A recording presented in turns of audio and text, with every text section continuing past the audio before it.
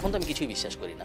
যদি ছবিটার ভিতরে লেখা থাকে RTV তাহলে আমি আরো কম বিশ্বাস করি। কারণ আমি যদি আজকে সুন্দর ইংলিশে সাজায় স্ট্যাটাস দিলাম যে বাটা কিভাবে ইসরায়েলি কোম্পানি, আপনার কেন বাটার দোকান ভাঙা উচিত, কেউ আর অত চিন্তা ভাবনায় যাবে না, এরপর সবাই ভাঙার দিকে আগে যাবে। আপনি বলছেন you work hard, so hard মানে অ্যাকচুয়ালি দিনে কত ঘন্টা? অ্যাটলিস্ট 100 200 300 রিজেকশন যদি আপনি না পান, তার মানে আপনি হয়তো এনাফ কষ্টই করতেছেন। আজকেই আমার ব্যাট কাটছে 2700 ইউরো, গত বছরে আমি 1,20,000 ইউরো এরকম কিছু একটা বোনাস দিয়েছি। 63,000 বা 67,000 ইউরো ট্যাক্স দিছি বোনাসের উপরে। এই পুরো ইকুয়েশনটার কারণে আমার মনে হয় যে সম্ভব না আসলে বাংলাদেশের স্টার্টআপ দিয়ে অনেক বড় কিছু করা। So the biggest day in my podcasting career of 6 months.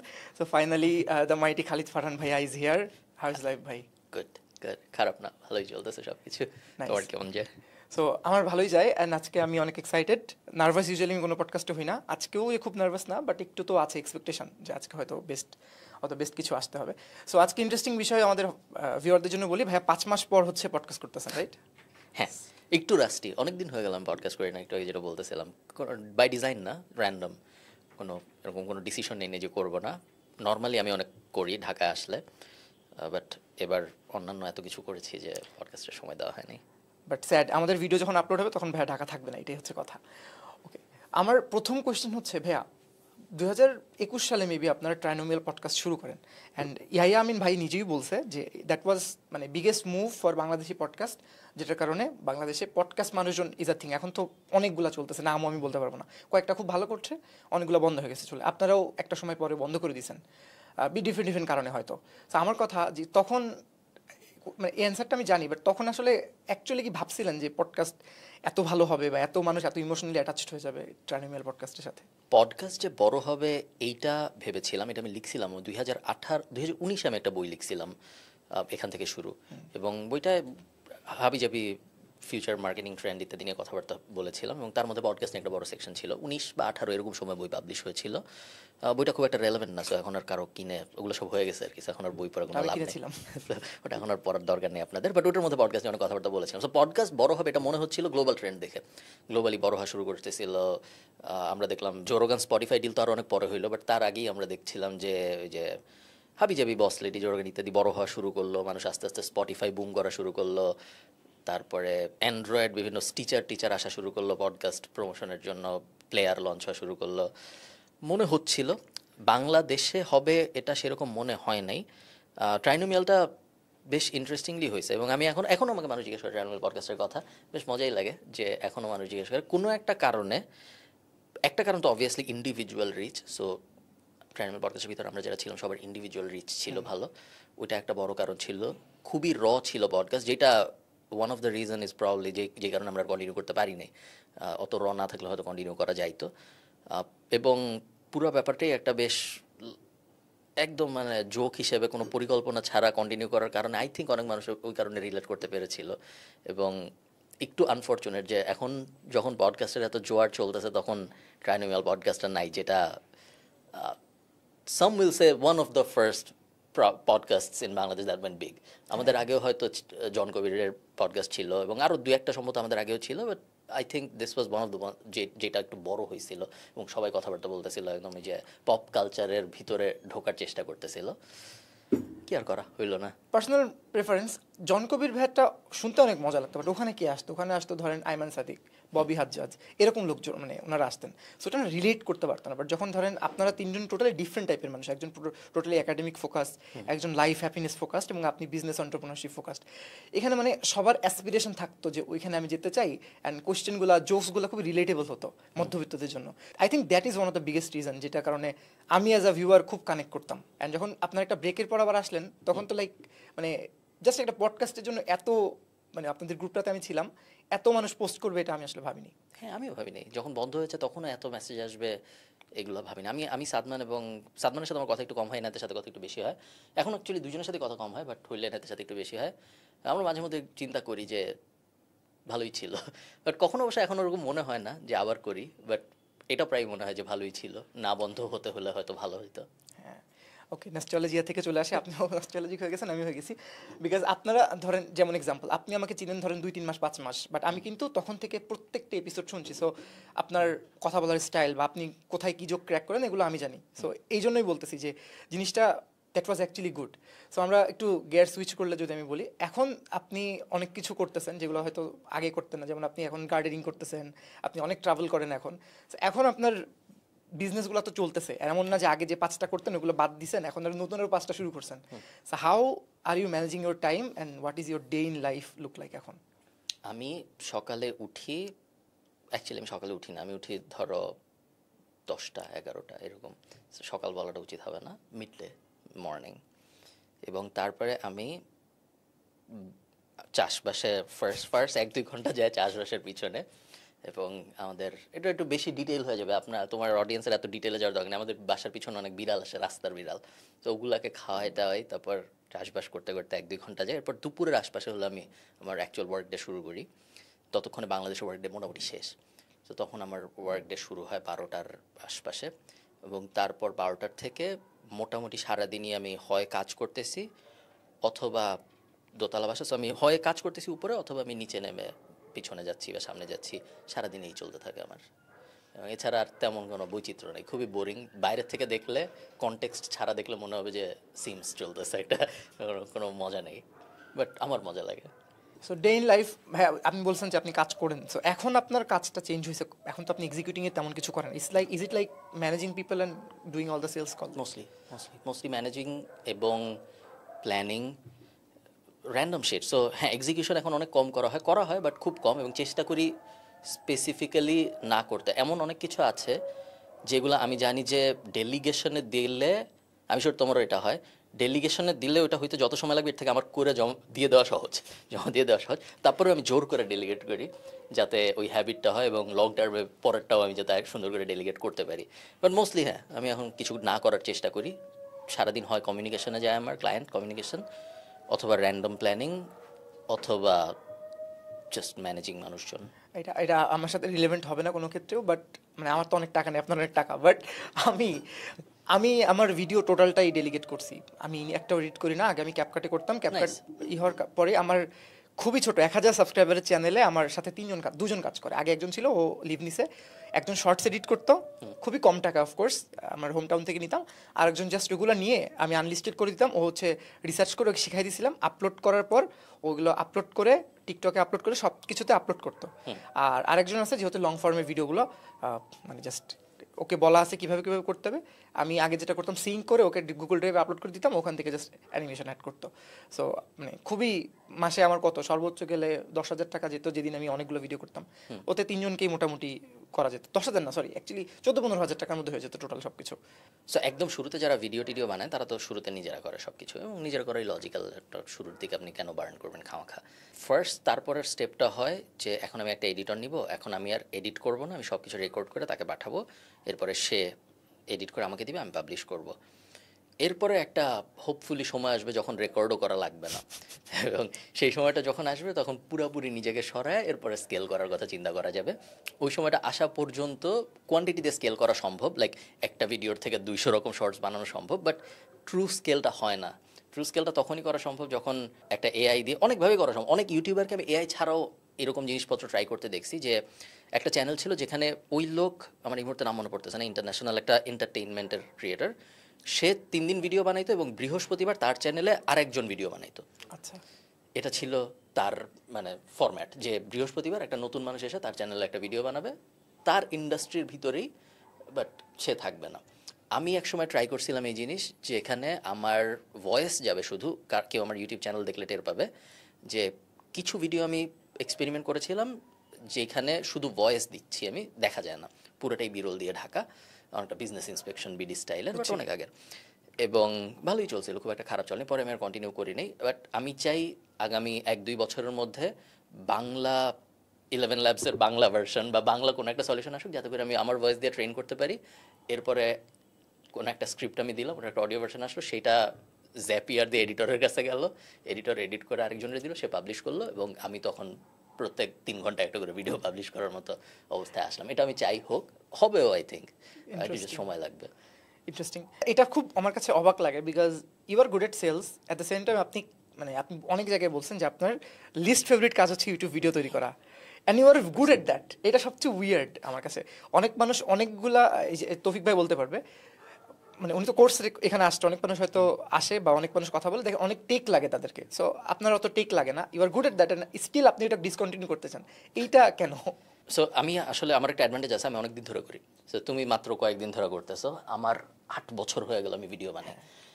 কত ঘন্টা ঘন্টার ভিডিও বানিয়েছি, কত ঘন্টা ঘন্টা ক্যামেরার সামনে কথা পডকাস্ট ধরলে তো ঠিক। পডকাস্ট ধরলে একটা পডকাস্ট 2 ঘন্টা 1.5 ঘন্টা ঠিক নাই। সে আমি অনেক কথা বলেছি ক্যামেরার সামনে, যেই কারণে ন্যাচারালি আমার ওই 1000 ঘন্টা 2000 ঘন্টা পার হয়ে গেছে আমার জাস্ট কথা প্র্যাকটিস করে। সো আমার সাথে কম্পারিজন, এবং বাংলাদেশের বেশিরভাগ ক্রিয়েটরই আমার থেকে নতুন আই থিঙ্ক, এবং যদি নতুন নাও হয় ভলিউম অফ কন্টেন্টের হিসাবে আমার থেকে ছোট, যেহেতু স্পেশালি আমি পডকাস্ট লং ফর্ম, ইভেন আমার পডকাস্ট বাদে নর্মাল ভিডিও দেখা যায় 20 মিনিট 25 মিনিটে চলে যায়। সো ওভাবে যদি চিন্তা করি ওই জাস্ট আমার হ্যাড মোর র্যাপস, এটাই।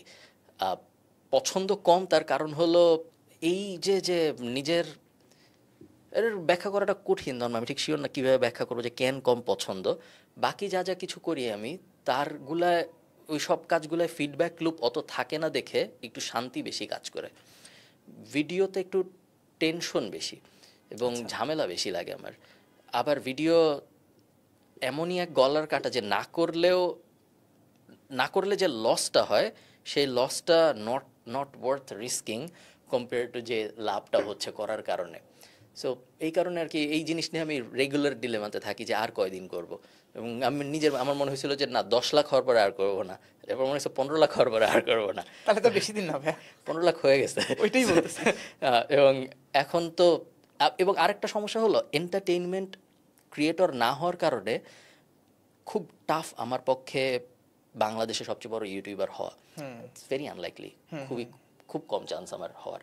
এবং যতদিনে আমার 50 লাখ হবে ততদিনে হয়তো রাফসানের হয়ে যাবে 1 কোটি, আরও কত কত ক্রিয়েটর আছে আমি তো জানিও না। সো এবং ওই রেস আমি কখনোই জিতবো না। সো এইরকম একটা রেস আমি খেলবো আর কতদিন, যেখানে আমার জিতার চান্স খুবই কম।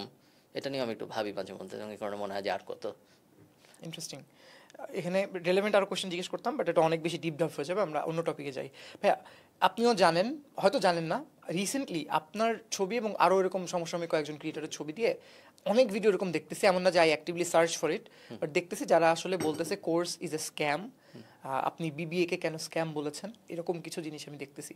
এখন আমি যেটা হয় কি, ইউজুয়ালি ভিডিওটা পুরোটা দেখি to understand the perspective, and um just playing devil's advocate. ওখানে কিছু পয়েন্ট বলে, 1 নম্বর যে ওকে আপনার যে ফাউন্ডেশনাল যে নলেজটা দরকার এটা তো বিবিএতে দরকার। তারপরে অনেকে বলে যে ওকে বিবিএ স্ক্যাম বলতেছো because you want to promote your courses.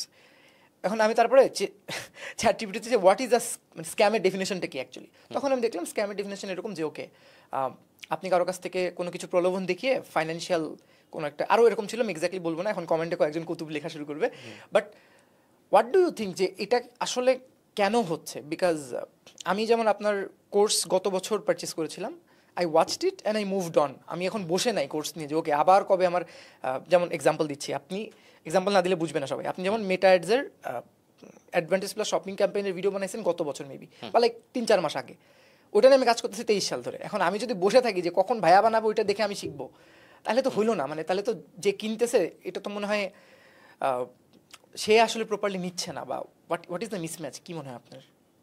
Scam হলো যখন কেউ একটা জিনিস প্রমিস করতেছে এবং সেইটা ডেলিভার না করতেছে, সোজা সোজা বাংলায় এটা স্ক্যাম হয়। সো আমাকে যখন, so let's start with the degree BBA.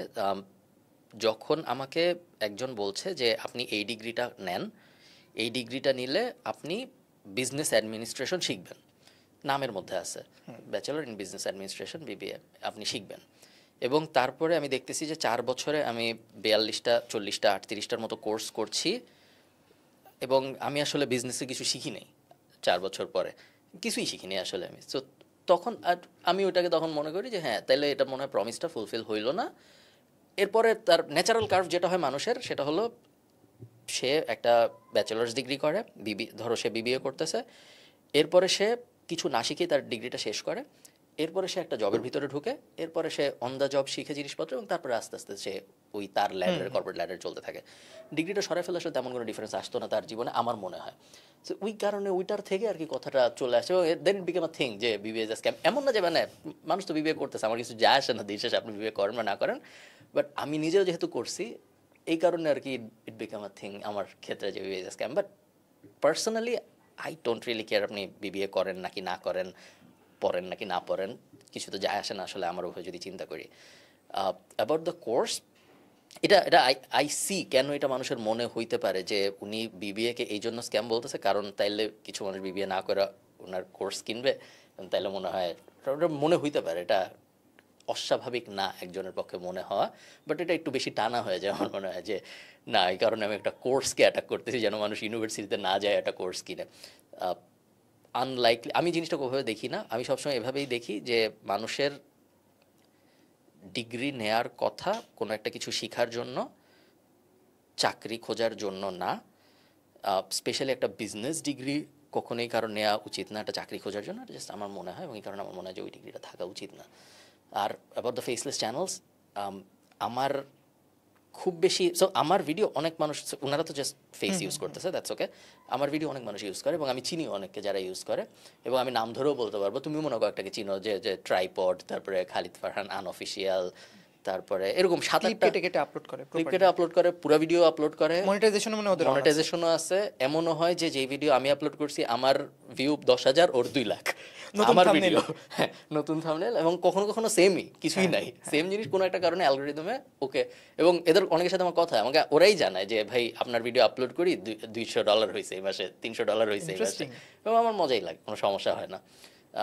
কেউ কেউ আছে যারা একটু ইল ইন্টেনশনে করে এবং নেগেটিভিটির হেল্পটা তারা পায় অ্যালগরিদমে অনেক সময়। ইউটিউবে আগে পাইতো না, এখন হয়তো অনেক বেশি পাচ্ছে। আমি আসলে এই ব্যাপারটা নিয়ে অত ভাবি না, বিকজ আই ডোন্ট থিঙ্ক আমার পক্ষে খুব বেশি কিছু করা সম্ভব থামানোর জন্য। ইন্ডিভিজুয়ালি হয়তো দু একটা থামানো সম্ভব, চেষ্টা করে আরও স্ট্রং লটা আসলে হয়তো কোনোভাবে কিছু একটা করা সম্ভব, বাট আই ডোন্ট থিঙ্ক কেউ কারো ফেস ইউজ করে কিছু করার চেষ্টা করলে থামানো যাবে।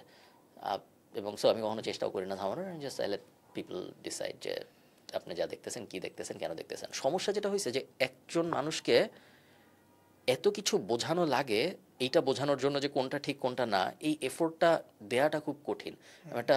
আমি অনেকক্ষণ কথা বলছি, দুঃখিত। আমি জানতে চাই, তোমার একটা র্যান্ডম এক্সাম্পল দিয়ে বোঝাই। আমি একটা নাফিসের সাথে আমি এখানে একটা পডকাস্ট করছিলাম, যেখানে আমি ওই যে 60 কোটির একটা কথা বলছিলাম, দেন বিকাম আ বিগ কন্ট্রোভার্সি। অনেক মানুষ ইংলিশে লম্বা লম্বা স্ট্যাটাস দিছে যে না এটা তো উনি তো কিছু বুঝে না, ইত্যাদি ইত্যাদি। Then I made a whole video about it, যে কীভাবে আসলে আমি ওই নাম্বারটার ভিতরে আসলাম, ব্যাক ক্যালকুলেশনটা কি। তারপর মানুষ মোটামুটি বুঝছে যে না ঠিক আছে, গালি দেওয়া উচিত হয়নি, এই হলো ওনার রিজন, এই কারণে উনি এটা বলছে। এই জিনিস আসলে প্রত্যেক কথা নিয়ে করা সম্ভব না আমার পক্ষে। প্রত্যেক কথা আমি কেন বলতেছি ওইটার পিছনের 20 মিনিটের হিস্ট্রি আমার পক্ষে দেওয়া সম্ভব না। সো এই কারণে এরকম আই থিঙ্ক সবসময়, এবং যেহেতু আমি অনেক পাবলিক প্ল্যাটফর্মের কথা বলতেছি, আই থিঙ্ক এই জিনিস হইতেই থাকবে আমার সাথে, যে মানুষজন বিভিন্ন জায়গা থেকে বিভিন্ন জিনিস র্যান্ডম উঠায় লম্বা লম্বা স্ট্যাটাস দিবে। এটা আমার আপনাদের 3.5 ঘন্টা 19 মিনিটের একটা পডকাস্ট ছিল টাইনোমিয়ালে, ওখানে আপনারা ভ্যাট নিয়ে অনেক কিছু বলছেন। ওইখানে আপনি বলছেন যে if you have 1 million USD in Bangladesh then you are মোটামুটি সেফ। সো আমি ওইখান থেকে শুনে যখন বলছেন আমি রিলেট করতে পারছি, বাট ধরেন যেই মানুষটা ওইটা তখন না আপনাকে 2 মাস চিনে, সো সে কিন্তু এটা শুনে বুঝবে না। So I think this is a dilemma আর কি। হ্যাঁ, আর এখন নয়েজ এত বেশি হয়ে গেছে, কার কোন কথার থেকে যে আমি কি বুঝবো আর কি শুনবো, আমার নিজেরই মাঝে মধ্যে মনে হয় যে আমি যখন ফেসবুক ফিডে, এখন তো আমি কিছুই বিশ্বাস করি না।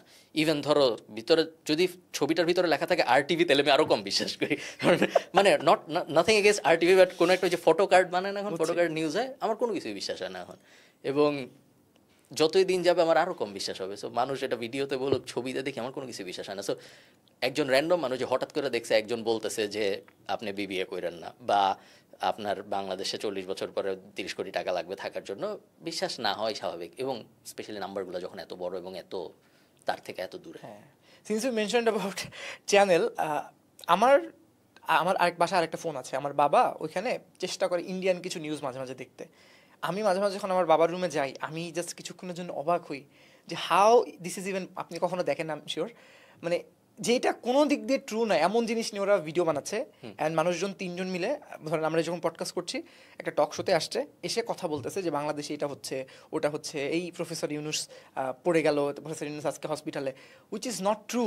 মানে বাংলাদেশে দেখতেছে যে ভালো কথা বা খারাপ কথা, whatever it is, বাট ওখানে ওরা বলতেছে। তাহলে আমি চিন্তা করি যারা ওখানে গেস্ট হিসেবে আসতেছে, তারা ওখানে গেস্ট আসবে, একটা খাম পাবে, ওইটা নিয়ে বাসায় যাবে, চাল কিনে ভাত রান্না করে খাবে। মানে how you are doing it. So এটা একটা খুব স্যাড ব্যাপার, আমাদের কালচারে এটা চলে আসছে যে যখন আমরা পারসিভ করি একটা মানুষ আমার থেকে বেশি জানে, তখন উনি যা বলে ওটা আমরা কোনো ধরনের ভেরিফিকেশন ছাড়া নিয়ে নিই। সো আমি যদি আজকে মনে করো আমি একটা সুন্দর ইংলিশে সাজায় স্ট্যাটাস দিলাম যে বাটা কিভাবে ইসরায়েলি কোম্পানি, আপনার হ্যাঁ। কেন বাটার দোকান ভাঙা উচিত। এখন জাস্ট বিকজ আমি উনার মতে, যিনি স্ট্যাটাসটা পড়তেছে উনার মতে আমি উনার থেকে একটু বেশি জানি, আমাকে আমার ফেসবুক প্রোফাইল টোফাইল দেখে ওনার মনে হয়েছে, প্লাস আমি ইংলিশে সুন্দর করে সাজায় গুছায় লিখছি দেখে মনেও হয়েছে, ধরো আমি উপরে প্যারাগ্রাফে লিখছি বাটার জন্ম এত সালে ইত্যাদি কিছু ডেটা আছে ভিতরে, দেখে মনে হয়েছে কেউ আর অত চিন্তা ভাবনায় যাবে না, এরপর সবাই ভাঙার দিকে আগে যাবে, বা ভাঙতে না গেলেও তার মনের মধ্যে ওটা থাকবে যে হ্যাঁ এটা আসলে এই জায়গায় আমি একটা নতুন জিনিস জানলাম। এবং তারপর থেকে যে কত হাত ছড়ায় ওই নিউজ কোথায় যাবে প্রেডিক্ট করাটা খুব কঠিন, এবং আই ডোন্ট থিঙ্ক ভালো হবে আর এর এই সিচুয়েশন, আই থিঙ্ক আরও খারাপই হবে। অন দিস স্যাড নোট আমি একটা ইন্টারেস্টিং জিনিস জিজ্ঞেস করি। আপনার আপনি ডিজিটাল মার্কেটিং এজেন্সি রান করেন, আপনি কোর্স চালাতেন, কতদিন চালাবেন জানি না, বাট এআই নিয়ে অনেক বেশি কথাবার্তা চলতেছে এখন। যেমন ধরেন এসইও আর চলবে না গুগলের এই আপডেটের উপর, বাট আমার পরিচিত যারা ধরেন এসইও নিয়ে কাজ করতেছে তারা এখনও পর্যন্ত কাজ করতেছে প্রপারলি। তারপর ধরেন HRGPT দিয়ে কন্টেন্ট লেখা যাবে না, তারপর মানে অনেক জিনিসগুলো নিয়ে হাইপ ক্রিয়েট হচ্ছে। রিসেন্টলি যেমন চাইনিজ ডিপসিক নিয়ে কথা হচ্ছিল, বাট আমি কিন্তু ডিপসিক ইউজ করি না, আমি ChatGPT $20 দিয়ে ওইটাই ইউজ করি, অ্যান্ড আমার মাথাতেও আসে না যে আমি ডিপসিক ইউজ করবো, বাট এনভিডিয়া শেয়ার কিন্তু ওই সময় পড়ে গেল। সো আপনাদের এজেন্সিতে কি, কোয়েশ্চেন দুইটা, আর কন্টেক্ট বেশি দিয়ে ফেলছি, এক হচ্ছে আপনাদের এজেন্সিতে আপনারা এআই নিয়ে কিছু কাজ করেন কিনা, এআই আসার পর কোনো ম্যাসিভ চেঞ্জেস দেখছেন কিনা আপনার এজেন্সিতে, আপনার ওয়ার্ক ফ্লোতে? ওকে, আমরা এআই নিয়ে তেমন বেশি কিছু করি বলে আমার মনে হয় না। বেসিক মানুষ যা করে আমরা তাই করি। সো জিপিটি, তারপরে জেমিনাই, এই মোস্টলি জিপিটি, সো তোমার মতোই সেম, এবং টুকটাক কাজ করবে তেমন আহামরি কিছু না। যেমন একটা ওয়েবসাইট ক্রল করে সেই ওয়েবসাইটের একটা ডিটেল আন্ডারস্ট্যান্ডিং লাগবে, সো আমরা একটা টুল থেকে ওয়েবসাইটের সাইট ম্যাপ নিয়ে ওখান থেকে কপি করে টেক্সট ভার্সন জিপিটিতে আপলোড করে ওই ধরনের কাজকর্ম করা হয়। আইডিয়েশন লেভেলে কিছু কাজকর্ম করা হয়, জাস্ট ধরো আমরা মুড বোর্ড দেখাবো কয়েকটা ক্লায়েন্টকে, ওই ধরনের টুকটাক কাজকর্ম করা হয়। বাট জিপিটি এখন পর্যন্ত আমাদের তেমন কোনো ম্যাসিভ চেঞ্জ আনে নাই অপারেশনসে। আমরা এত বেশি ছোট ক্লায়েন্টস নিয়ে কাজ করি যাদের ওয়ার্ক ফ্লোতে কোনো ম্যাসিভ চেঞ্জ আনার দরকার হয় না, প্লাস আমাদের এমপ্লয়মেন্ট কষ্ট অত বেশি না যে কারণে আমরা এআই দিয়ে রিপ্লেস করার কথা এখনও ভাববো। সো এই কারণে আমি এখনও সেরকমভাবে ভাবছি না, হয়তো এরকম একটা সময় আসবে যখন ভাবা শুরু করব। আপাতত আমি জাস্ট এআই ইউজ করতেছি পার্সোনাল ফান, এক্সপ্লোরিং, ওই টাইপ জিনিসের জন্য, বাট অ্যাকচুয়াল কাজে আমি কিন্তু এখনও সেরকম এআইটা ইউজ করি না। সো দ্য মোদ্দা কথা আমি যেটা টানতে চাই, যেটা আমি আসলে আমার কথা বলতে চাইছিলাম, but I want someone more credible to say that, যে আসলে এত হাইপড আপ হওয়ারও কিছু নাই। 10 AI tools you need to know. আসলে আমি এটা দেখি যে অনেক মানুষ খুব বেশি হাইপড আপ হয়ে যায়, অ্যান্ড অ্যাকচুয়াল কাজ প্রতিদিন যেই রেগুলার কাজ থাকে সেরকম না। আমি প্রতিদিন মানে আমরা তো এজেন্সি সাপোর্ট দিই, সো এখনও পর্যন্ত কিন্তু ধরেন ইয়াল্লা হাবিবি নামে একটা রেস্টুরেন্ট আছে বনশ্রীতে, ওদের মেবি প্রতিদিন 16,000 টাকার খরচ হচ্ছে, ওরা চাচ্ছে ব্রেক ইভেন হইতে। ওর জন্য এআই নিয়ে তেমন কিছু করার নাই। ওকে যদি আমরা এআই দিয়ে কিছু ছবি আপলোড করে দিতে পারি, ওনাকে বললাম আপু আপনি 2টা আমাকে রিলস বানায় দেন, ওইগুলোতে আমরা অ্যাড চালাবো, ব্র্যান্ড অ্যাওয়ারনেস বা ভিডিও ভিউ, তারপরে আমরা একটা মেসেজ নাও দিব, বা আমরা মেবি স্টোর ট্রাফিক অ্যাড চালাবো। বাংলাদেশ অত ভালো কাজ করে না, বাট ট্রাই করবো। খুব ভালো চলতেছে, মেসেজ দিচ্ছে থ্যাঙ্কস ভাই, আই সেভড আস। তো আমি আসলে ম্যাসিভ এত কিছু দেখি না, বাট এই যে যারা ভিডিও করছে বা ধরেন যেই লেভেলের পডকাস্টে মানুষজনকে ডেকে নিয়ে এআই নিয়ে কথাবার্তা হচ্ছে, ডু ইউ থিঙ্ক যে এটা একটু ওভার হাইপ বা এটা এখন আছে বলে just for view? What do you think? একটু ওভার হাইপড, বাট ওভার হাইপটা আই থিঙ্ক ইজ মানে ওভার হাইপ কেন, এটাও লজিক্যাল, কারণ মনে হচ্ছে অনেক কিছু হবে, এখনও অনেক কিছু হয় নাই, বাট হবে হবে করতেছে। সো আজকে হয়তো আমরা অনেক কিছু করছি না, বাট ক্লিয়ারলি বোঝা যাচ্ছে যে হয়তো অনেক কিছু সামনে করতে পারবো আমরা এআই দিয়ে। এবং কিছু কিছু ইন্ডাস্ট্রি আছে যেগুলোর সাথে আমরা অত ডিরেক্টলি ইনভলভড না, যেসব ইন্ডাস্ট্রিতে আসলে মোটামুটি অনেক কিছু, ধরো কোস্ট রাইটিং, হাবিজাবি, ওইসব ইন্ডাস্ট্রি বেশ খুব ইজিলি অটোমেটেড হয়ে গেছে। সো বোঝা যাচ্ছে যে মানুষজন সামনে বেশ বড় সড়ো ঝামেলা আসবে বিভিন্ন ইন্ডাস্ট্রিতে, এবং এই কারণে মানুষ হয়তো ওইটা নিয়ে একটু ওভারহাইপ হয়ে আগে থেকে কথাবার্তা বলছে। বাট হ্যাঁ, এখনও তেমন কোনো আমার ওয়ার্কফ্লোতে এআই তেমন কোনো মেজর চেঞ্জ আনে নাই, জাস্ট এক্সপ্লোরেশন ছাড়া। এবং এটা এই কারণে হইতে পারে যে নতুনদের জন্য, আমার থেকে তোমাদের জন্য বা তোমার থেকে ছোটদের জন্য হয়তো নতুন টেকনোলজি অ্যাডপ্ট করা একটু সহজ। আমি এসিও করতেছি 12 বছর হয়ে গেছে, সো আমার পক্ষে নতুন জিনিসপত্র অ্যাডাপ্ট করা একটু কঠিন, আমার রেগুলার ওয়ার্ক ফ্লোতে বসানো একটু কঠিন। এবং যখন এত ক্লায়েন্ট নিয়ে কাজ করতেছি, যে কোনো কিছুই বসানো আমার জন্য একটু ঝামেলার হয়ে যায়। সো আমি হয়তো সবার লাস্টে যাব, সবাইকে আগে আমি দেখবো কী কী করতেছে, কী কী পরিবর্তন করছে, এবং লাস্টে যাই আমি তো আমার ক্ষেত্রে অ্যাডাপশন কার্ভ হবে একদম শেষে। আই থিঙ্ক থিংস ওয়ার্কআউট ভালোই কাজ করছে আপনার জন্য, রাইট? নাইলে তো হইতো না। আচ্ছা, এখানে আমি একটা জিনিস আসলে জানতে চাচ্ছিলাম, মানে আমি বলতেও চাচ্ছিলাম, এটা it's not fan Boeing, but the thing is আপনি বিজনেস ওনার হিসেবে আপনি একটু আন্ডাররেটেড আমার কাছে মনে হয়। বাংলাদেশে অনেক মানুষ আপনাকে ফেভারিট ক্রিয়েটর, ফেভারিট ইউটিউবার বলে, but I C the business side of things because আমি একটা এজেন্সি ক্রিয়েট করার চেষ্টা করছি and I can understand how hard it is. And দেশের বাইরে হলে তো আরও কথা নেই, মানে বাংলাদেশ থেকে একজন দেশের বাইরে গেল, সেখানে মাস্টার্স করলো, সেখান থেকে সে একটা এজেন্সি ক্রিয়েট করার চেষ্টা করলো, সেখান থেকে সে ফাইন্যান্সিয়াল ফ্রিডম অ্যাচিভ করলো, তারপর সে বাংলাদেশে কোর্স লঞ্চ করলো, অন্যান্য এরকম ফারিঘর টাইপের ইন্টারেস্টিং প্রজেক্টস করলো। This is not an usual story.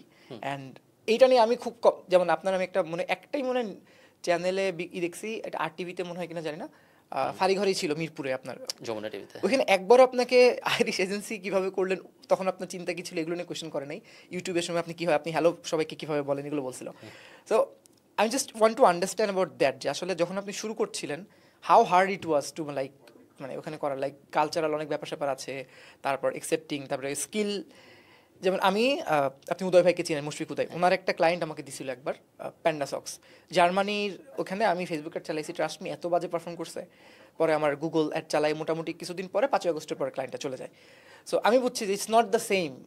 CPM rate আমি যখন দেখছি পাগল হয়ে গেছি। বাংলাদেশে 0.37 সেন্টসে আমি 1000 মানুষকে দেখাচ্ছি, ওখানে লাইক একটা লিড আমি পাচ্ছি $512, এইচভ্যাক ইন্ডাস্ট্রির কথা বলতেছি।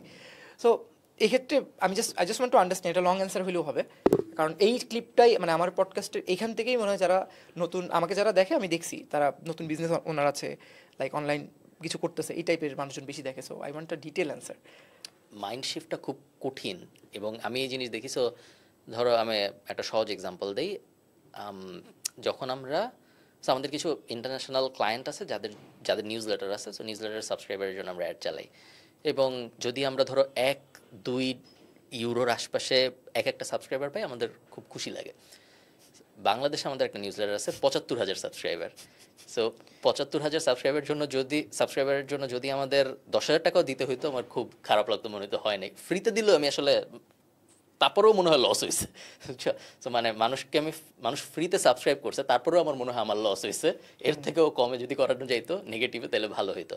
সো এবং হ্যাঁ, যারা ইন্টারন্যাশনালি কাজ করে তারা সবাই জানে যে আমাদের একটা লিড পেতে $40-80 আশপাশে খরচ হয়, এবং $600-700 খরচ হয় আমাদের এক কনভার্সনে। জাস্ট আমাদের এজেন্সির নাম্বারস, এবং আমাদের ক্লায়েন্টদের জন্য ডিফারেন্ট নাম্বারস আছে। সো মাইন্ড শিফট একটু কঠিন, এবং এই মাইন্ড শিফট সবাই ফেস করে ডিফারেন্টলি। যাদের এজেন্সি আছে তারাই না, যারা বিদেশে যায় তারা দেখবা শুরুর দিকে গুণ দেয় যে 1 পাউন্ডে রশিদ ভাইয়ের একটা ভিডিও দেখতেছিলাম, 1 পাউন্ডে কি 130 টাকা, এই চালটা কিনবো, এই চালের দাম 2 পাউন্ড, তার মানে এটা হবে বাংলাদেশে 500 টাকা, 500 টাকা দিয়ে 1 কেজি চাল কিনবো। ওই ধরনের নাম্বার ম্যাথ সবাই করে শুরুর দিকে। ওই ম্যাথটাই আমরা করি বড় স্কেলে। সো আমাদের ধরো প্রত্যেক সপ্তাহে, সো প্রত্যেক দিনে ফেসবুকে এমন সময় যায় যখন প্রত্যেক দিনে ফেসবুক আমাদের ধরো 9,700 কত যেন আমাদের লিমিট দেয়, 9,700 ইউরোর মতো চার্জ করে। 9,700 ইউরোর আমরা ভ্যাট দিই, সো 23% ভ্যাট আয়ারল্যান্ডে। সো ভ্যাটই আসে ধরো 2,500, 2,700 এরকম। সো মাঝে মধ্যে আমি যখন নাম্বারগুলো দেখতাম আগে, তখন যে আজকেই আমার ভ্যাট কাটছে 2,700 ইউরো, কী করলাম আমি? এবং ধরো বছরের শেষে আমি একটা বোনাস নিলাম, ধরো এই গত বছরে আমি 1,20,000 ইউরো এরকম কিছু একটা বোনাস নিছি। 63,000 বা 67,000 ইউরো ট্যাক্স দিছি বোনাসের উপরে। সো একটু কষ্ট লাগে, বাট অভ্যাস হয়ে যায়। এখন এতদিন হয়ে গেছে, এখনও অভ্যাস না হওয়াটা একটু আনলাইকলি। এখন আমি মোটামুটি মেনে নিছি যে না, এটাই হবে, এইরকমই হবে নাম্বারস। সমস্যা হয়ে গেছে যেহেতু আমি বাংলাদেশেও কাজকর্ম করি, বাংলাদেশেও যখন করি তখন নাম্বারের ডিফারেন্সটা যখন দেখি তখন আরও খারাপ লাগে। এবং তোমার অডিয়েন্সের জন্য এটা see it as an opportunity. বাংলাদেশে আপনি যদি ঢাকার বাইরে, মানে আমি যদি বাংলাদেশে থাকতাম, আমি চেষ্টা করতাম আমি উল্টা করে চিন্তা করতে, যে ঢাকার চট্টগ্রামের বাইরে আর কোন কোন জায়গায় কী কী বিজনেস দেওয়া যায় যেটা ফেসবুক অ্যাড দিয়ে গ্রো করা সহজ, এভাবে চিন্তা করতাম আমি। এবং তারপরে ওই বিজনেসগুলো দিয়ে ওই মার্কেটগুলো গ্রো করার চেষ্টা করতাম, বিকজ আমি জানি যে আমার $5 সিপিএম হবে হয়তো penis on the dollar. So আমি তখন চিন্তা করতাম যে হ্যাঁ, আমি যশোরে এই বিজনেস দিব, ফরিদপুরে এই বিজনেস দিব, রাজশাহীতে। আমি চিন্তা করতাম যে 64 জেলার মধ্যে কোন জেলায় আমার এই যে পার মেসেজ ইউনিটের অ্যাড বাজেট সবচেয়ে কম লাগে। তারপর আমি চিন্তা করতাম এখন কী বিজনেস বসানো যায় যে এই বিজনেসের জন্য এই টাকা খরচ করা ওয়ার্থ। ওইভাবে চিন্তা করে আমি তখন বাংলাদেশে বিজনেস করার চিন্তা করতাম। সো আপনারা ওটা ট্রাই করতে পারেন যাদের ইচ্ছা আছে, বিকজ আই থিঙ্ক বাংলাদেশে এখন অপরচুনিটি অনেক বেশি। মেট্রোপলিটনেও অপরচুনিটি আছে হয়তো, বাট মেট্রোপলিটনের বাইরে আরও অনেক বেশি। ইন্টারেস্টিং।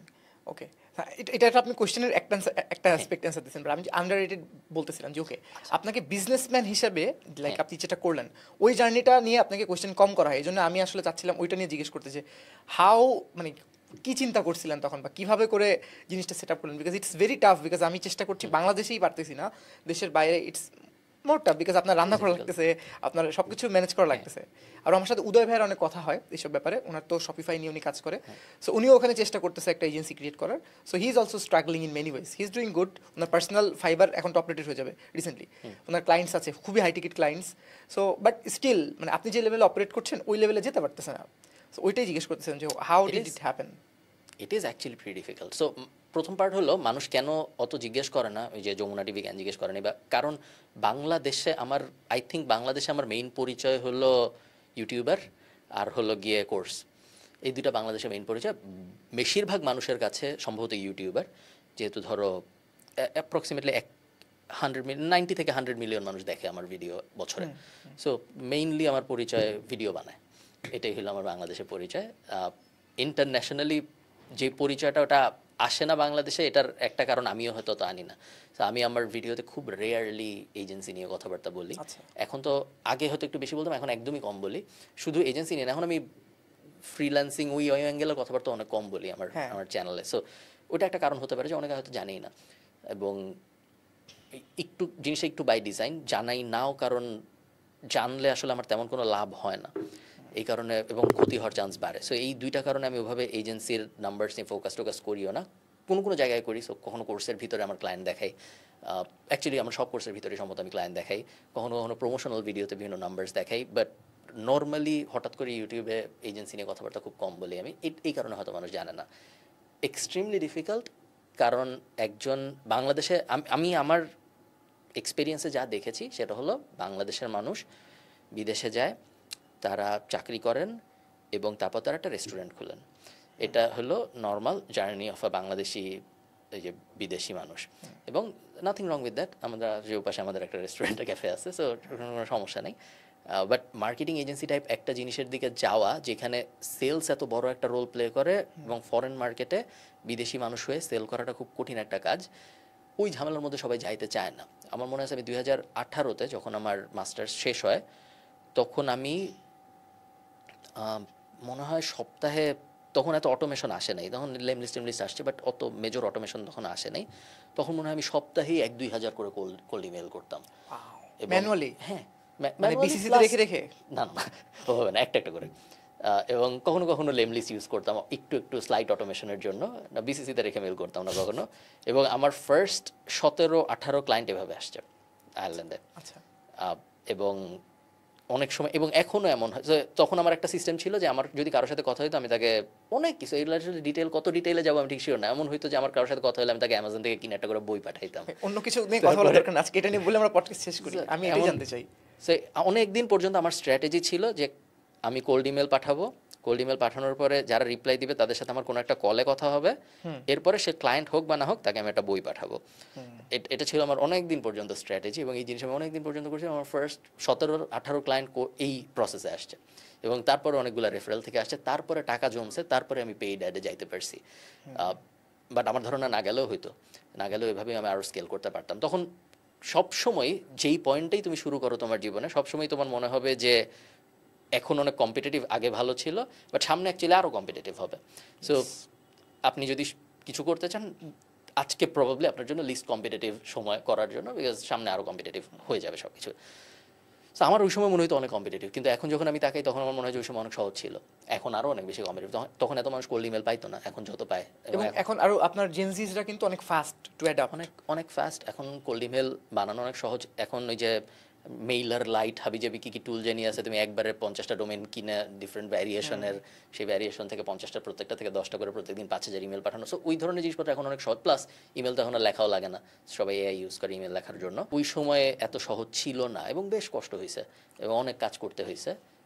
হ্যাপিলি করছি, বিকজ ন্যাচারাল ট্রানজিশন ওটাই ছিল। আমি তার আগেও ডিজিটাল মার্কেটিং নিয়ে কাজকর্ম করতেছিলাম, এরপরে আমি ডিজিটাল মার্কেটিংয়ে মাস্টার্স করলাম, তারপরে আমার ন্যাচারাল পথ ওটাই মনে হয়েছে যে না, এখন এটাই করতে হবে। আমি হাসতেছি, আপনি যখন বলছেন অনেক কষ্ট করে লাগছে, যেমন রিসেন্টলি আইপিএল চলতেছে।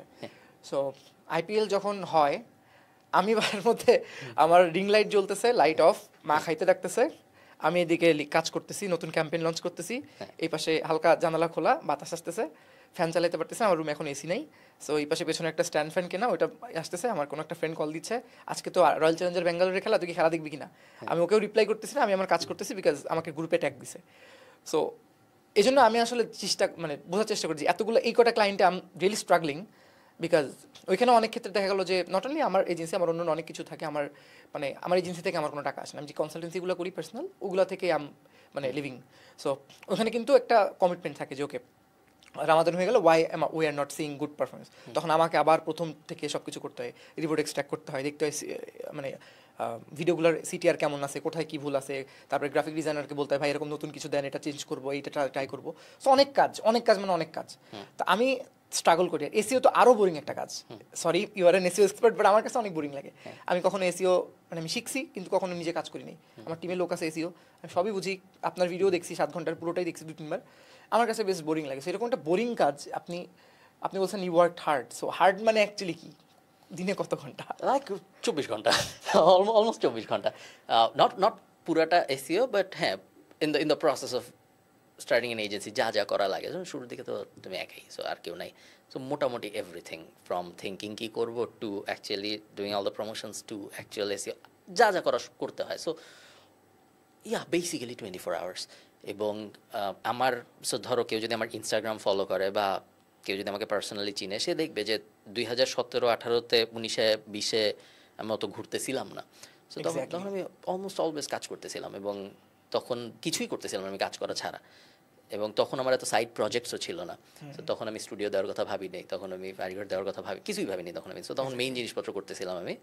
এরপরে যে আস্তে আস্তে 22-এ এসে অ্যারাউন্ড 21-22 এসে যখন স্টেবল হয়, যখন বোঝা যায় যে না এখন আস্তে আস্তে মানুষ আনা সম্ভব, এখন আস্তে আস্তে এসবই বানানো সম্ভব, টিম বড় করার চেষ্টা করা সম্ভব, তখন আস্তে আস্তে যে আমি ফ্রি হওয়া শুরু করছি, তখন যে গার্ডেনিং করার সুযোগ আসছে, তখন যে ঘোরার সুযোগ আসছে, তখন যে সাইড ভেঞ্চার্স বানানোর সুযোগ আসছে, এবং এখন তো আরও অনেক সহজ হয়েছে। তো এখন 5টা ক্লায়েন্ট হইলে আমি একজনকে হায়ার করি, সে 5টা ক্লায়েন্ট ম্যানেজ করে, আমি তাকে। এসিওর ক্ষেত্রে মনে হয় একটু ইজি হয়, একটু ইজি হয়। Okay, we always look for the glamour. আমি জানতে চাচ্ছিলাম যে যখন আপনি বাংলাদেশে ছিলেন before going for the masters, তখনও মোটামুটি কিন্তু আপনি বাংলাদেশে এরিনাতে মোটামুটি ভালোই ফেমাস ছিলেন, আমি যতদূর জানি, বিকজ ইকাবের অনেকের সাথে আমার পরিচয়, তারা আপনাকে চিনতো তখনও। সো ওইখান থেকে যখন আপনি তখন you are earning maybe more than 1 lakh per month freelancing করে সব কিছু করে, দেশের বাইরে গেলেন, then you are working so hard. So আপনার কি তখন মনে হতো না যে লাইক ওকে ওই লাইফটাই তো ভালো ছিল, কোনো রকম কাটাই দিতাম এখানে এসে? এটা এখনও মনে হয়, এটা এখনও মনে হয় যে বাংলাদেশের লাইফ যে মজা, ওইরকম মজার লাইফ অ্যাকচুয়ালি বিদেশে হয় না। সো এটা কখনোই আমি পারফেক্ট একটা অ্যান্সার দিতে পারবো না যে কোনটা ভালো। আমার কাছে দুইটাই ভালো লাগে, দুই রকম ভালো। মেজার করা খুব কঠিন, এবং মেজারের অঙ্কটা অ্যাকচুয়ালি টাকা না, বিকজ আমি জানি না, কালকে আমি তোমাকে বলতেছিলাম না অন্য কাউকে বলতেছিলাম হয়তো, যে আফটার আ পয়েন্ট টাকা আসলে খুব বেশি ভ্যালু অ্যাড করে না আমার মতো মানুষের লাইফে। সো 1 কোটি আর 2 কোটির আরেকটু বড় নাম্বার দিয়ে বলি, ধরো 15 কোটি এবং 16 কোটি টাকার মধ্যে অ্যাকচুয়ালি তেমন কোনো ডিফারেন্স নাই, ঠিক আছে? হ্যাঁ, 1 লাখ আর 10 লাখ টাকার মধ্যে অনেক ডিফারেন্স, লাইফস্টাইলে অনেক পরিবর্তন আসে। বাট কারো যদি 15 কোটি টাকা থাকে, সে অনেক কষ্ট করে যদি ওকে 16 কোটি বানায়, তার জীবনে অ্যাকচুয়ালি তেমন কোনো পরিবর্তন আসবে না, সেমই থাকবে জীবন তার। সো ওই রকম জিনিস যখন আমি চিন্তা করি, তখন বাংলাদেশেও অ্যাকচুয়ালি আমার আর কিছু করার, আমার জীবনের, আমি তো দামি গাড়ি কিনবো না, আমি তো দামি বাড়ি কিনবো না। সো আমার অ্যাকচুয়ালি জীবনে আর ওভাবে কোনো ফাইন্যান্সিয়াল এবিলিটি দিয়ে কোনো পরিবর্তন আনার সুযোগ নাই। সো ওভাবে যখন আমি চিন্তা করি, আমার মনে হয় যে আমি দেশে চলে আসি। তারপর আবার মনে হয় যে না, আয়ারল্যান্ডে তো আমি আপেল গাছ লাগাইছি, আপেল গাছ 200 বছর পর্যন্ত ফল দেয়, আমি জানি। সো 200 বছর পর্যন্ত ফল দেয়, আমি যদি 2-3 বার না খাই, রোড ট্রিপে যেতে পারতেছেন আপনার গাড়ি নিয়ে, 150 গাড়ি চালাতে পারতেছেন, 150 গাড়ি চালাতে পারতেছি, যে যখন যেখানে মোটামুটি চলে যেতে পারতেছি, ওই জিনিসগুলো একটু ডিফিকাল্ট। সো এইটার আসলে সঠিক কোনো উত্তর নেই। আমি ঢাকাও অনেক মিস করি, এই কারণে আমার যে ফরম্যাট এখন সেটা হলো, আমি 3 মাস পর ঢাকা আসবো, 1 মাস ঢাকা থাকবো, বা 4 মাস পর ঢাকা আসবো, 1 মাস ঢাকা থাকবো, তারপরে আবার যে আয়ারল্যান্ডে 3-4 মাস থাকবো, এবং বাকি সো বছর 3 ভাগ, 1 ভাগ আয়ারল্যান্ড, 1 ভাগ বাংলাদেশ, আর 1 ভাগ বাকি দুনিয়া। এটা হলো আমার এখনকার ফরম্যাট, এবং এই ফরম্যাট নিয়ে আমি মোটামুটি স্যাটিসফাইড।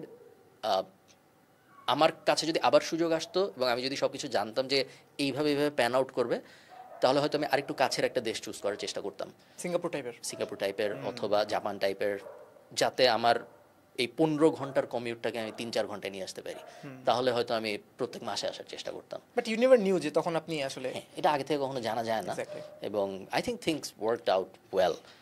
এটা বাই এখন মনে হয় যে না অনেক বুদ্ধিমানের কাজ হয়েছে, বাট এটা তখন আমি জাস্ট দেখতেছিলাম যে ডিজিটাল মার্কেটিংয়ে মাস্টার্স কুই করা যায়, এবং খুব বেশি অপশন ছিল না তখন 2017 সালে।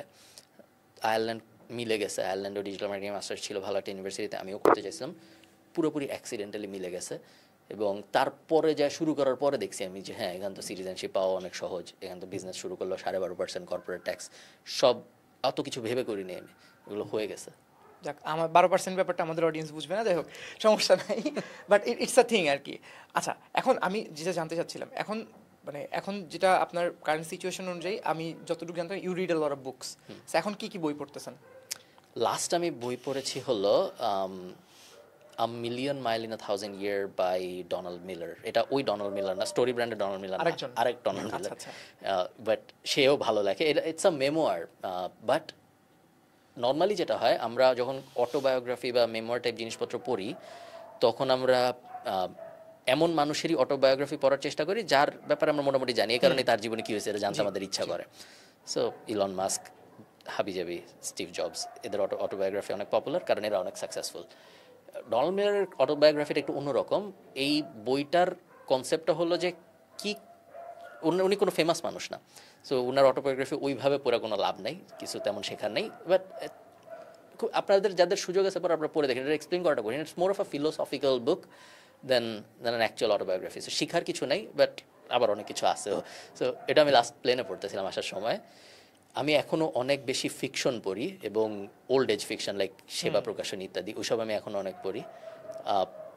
এছাড়া নন ফিকশনের ক্ষেত্রে লেটেস্ট আমি আর কি পড়েছি, আমার সেরকম মেজর মনে পড়তেছে না লেটেস্ট নন ফিকশন আর কি পড়া হয়েছে যেগুলো তোমার অডিয়েন্স চিনবে না। যা যা আমাদের সার্কেলের জনপ্রিয় বই, সো ধরো হরমোজি বা হাবিজাবি 50-60টা বই আছে যেগুলো ফিক্স, ওগুলো তো পড়ি সবাই। আমি এখন চেষ্টা করতেছি একটু more philosophical, life building, life as a story, how you live in a life, ওই টাইপ অ্যাঙ্গেলের বইটাই আমি এখন একটু বেশি এক্সপ্লোর করার চেষ্টা করতেছি। যেহেতু আমি এখন একটা ডিফারেন্ট ফেজে, সো হাসল ফেজটা আমার জন্য এখন একটু কমে গেছে, এখন আমার more of a fulfilment phase চলতেছে লাইফের। Nice. So if you work hard life will give you reward. Okay, so এখন মানে নেক্সট যেটা জানতে চাচ্ছি সেটা হচ্ছে আমাদের রিসেন্ট যে শুরু করতে চাচ্ছে, আমার কাছে অনেক মানুষ, মানে আপনার তো কোটি কোটি হাজার হাজার আসে, বাট আমার কাছে অনেক মানুষ জিজ্ঞেস করে যে ভাই আপনারা তো কাজ করতেছেন, দেখলাম এখন মানে আমার মফস্বল শহরের লোকজনই ধরেন জিজ্ঞেস করে যে একটা সিস্টেম লোকাল ল্যাঙ্গুয়েজে একটা লাইন গার্ড দেখায় দেয়, কী দেখি করা যায়।